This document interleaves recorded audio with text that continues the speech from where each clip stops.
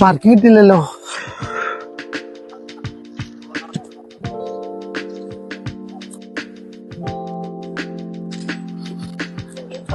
അല്ലെങ്കിൽ അതിന്റെ ഫൈനും കൂടി ആക്കാൻ വയ്യ.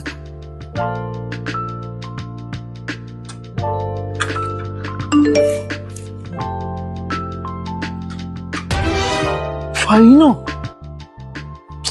നിങ്ങൾക്കും ഇതുപോലെ ഫൈൻ കിട്ടിയിട്ടുണ്ടോ?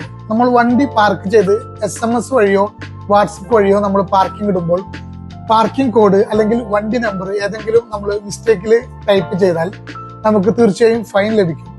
എന്നാൽ ഇനി വിഷമിക്കേണ്ട ആവശ്യമില്ല. ആ ഫൈൻ നമുക്ക് ഒഴിവാക്കാനായി ഒരു വഴിയുണ്ട്.